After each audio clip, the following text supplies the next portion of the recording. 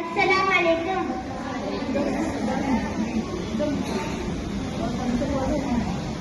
माननीय अध्यक्ष महोदय, मुख्याध्यापिका, परीक्षक, माझे गुरुजन वर्ग व माझ्या बालमित्रांनो, माझे नाव सदफ नूरी मोहम्मद आदाब कुरेशी आहे।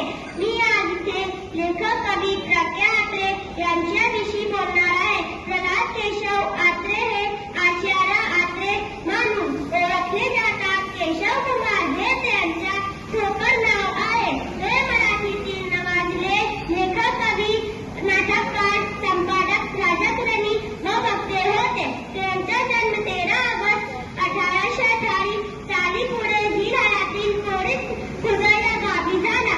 डॉक्टर नागू जेठूंची फुले ही त्यांचं प्रसिद्ध साहित्यकृती आहे। ते विनोदी लेखक म्हणूनही ओळखले जातात। ते महाराष्ट्राच्या निर्मितीसाठी उभ्या राहिलेल्या संयुक्त महाराष्ट्राच्या चळवळीचे ते प्रमुख नेते होते। धन्यवाद। माननीय मुख्याध्यापिका, गुरुजन वर्ग, परीक्षक वर्ग आणि माझ्या बालमित्र आणि मैत्रिणींनो, माझे नाव रुबिया फातिमा आहे। आज मी लेखक पु ल देशपांडे यांच्याबद्दल बोलणार आहे। पु ल देशपांडे यांचे पूर्ण नाव पुरुषोत्तम लक्ष्मण देशपांडे असं आहे। लेखक म्हणजे शब्दांनी मन जिंकणारा जादूगर। पु ल देशपांडे तो केवळ लेखक नव्हते तर एक नाटककार, विनोदी लेखक, संगीतकार होते। त्यांचा जन्म 8 नोव्हेंबर 1919 रोजी झाला। पु ल देशपांडे यांनी हसत समाजावर मार्मिक भाष्य करणारे साहित्य निर्माण केले। त्यांच्या लेखणी विनोदाचा खजिना होतो।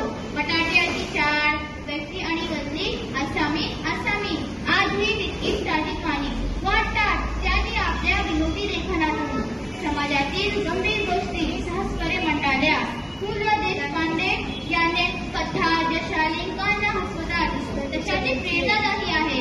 ते आनंदात्री होते। माझे स्वतः आनंद घेत इतरांना आनंद देत जगले। 12 जून 2000 रोजी त्यांचे निधन झाले। धन्यवाद।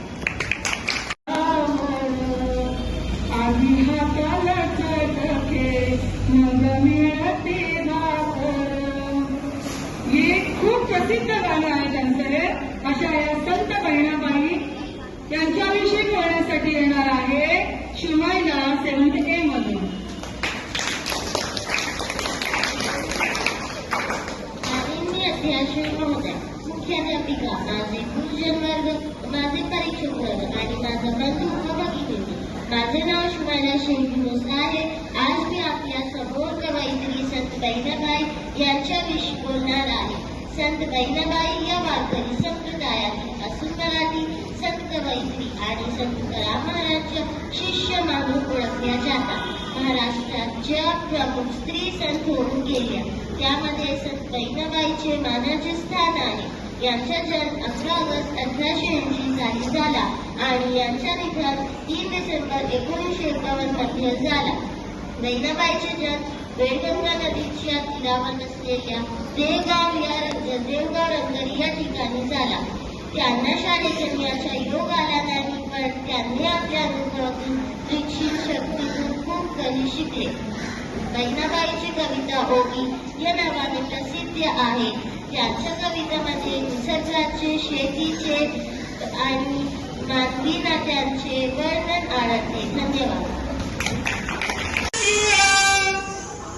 माझ्या मराठी मातीचं नावल लाटासटिया, ज्याचं सांगाल जागल्या नर कोरेतील शिया, ज्याचं सांगाल जागल्या नर कोरेतील शिया, नर कोरेतील शिया असे प्रसिद्ध कवी लेखक कुसुमाग्रज यांच्याविषयी बोलण्यासाठी येणार आहे 7A मधून नुसरत।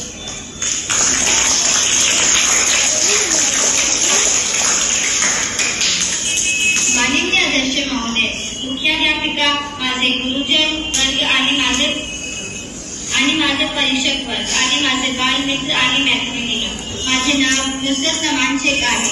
मी आज इथे कुसुमाग्रज यांच्या विषयी माहिती सांगणार आहे। विष्णू मामा शिरवाडकर हे मराठी भाषेतील अग्रगण्य कवी, लेखक, नाटककार, कथाकार होते। त्यांनी निधन केले. कुसुमाग्रज यांचा जन्म 27 फेब्रुवारी 1912 साली नाशिकमध्ये झाले. त्यांचे नाशिकमध्ये आपले शिक्षण पूर्ण केले. BA ची पदवी मिळाल्यानंतर काही काळ त्यांनी मराठी चित्रपटासाठी पाठकथा लिहिणे असे काम केले. लहान मोठ्या भूमिका पण त्यांनी साकारल्या.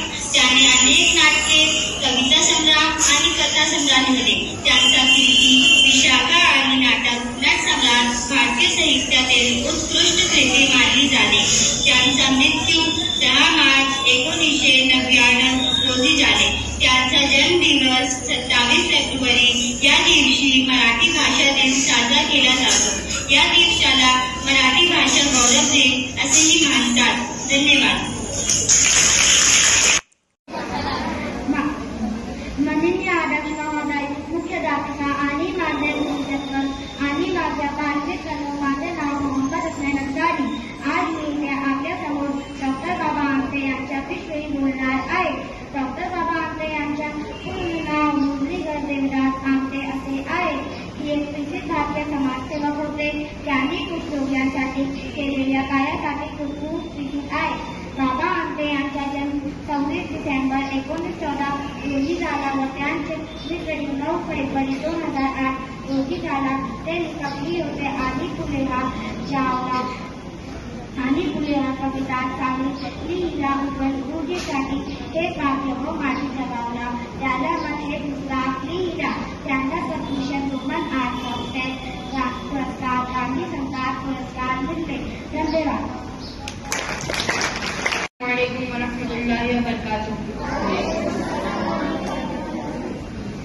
माननीय मुख्याध्यापिका, माझे गुरुजन वर्ग, परीक्षक वर्ग आणि माझ्या बालमित्रांनो, माझे नाव बाला खान आहे.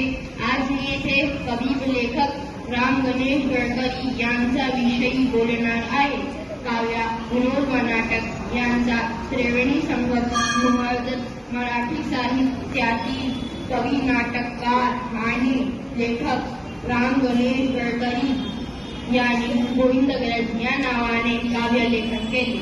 बालकराम या नावाने विनोदी लेखन केले.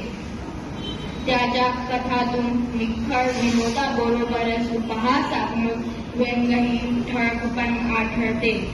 असाधारण कल्पनाशक्ती आणि तितकीच असाधारण शब्दशक्ती हे गडकरी वाङ्मयाचे विशेष आहे. धन्यवाद.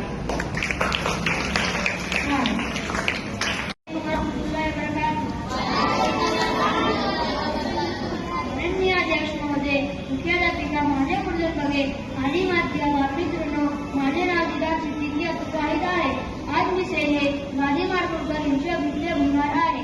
गांधी माडगुळकर यांचे पुणे नाव गार्डन दिगंबर माडगुळकर असे आहे. हे मराठी प्रसिद्ध कवी, गीतकार, लेखक आणि अभिनेते होते. त्यांचा जन्म 1 ऑक्टोबर 1919 साली जुलै यातील सोडपण येथे झाला. गांधी माडगुळकर यांनी चित्रपट, संगीत, गीत लिखा, पटकथा लिखा आणि सन्मान लिखा म्हणून काम केले.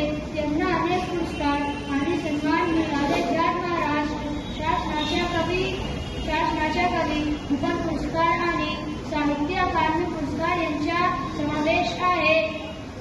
14 डिसेंबर 1977 रोजी पुणे येथे त्यांचे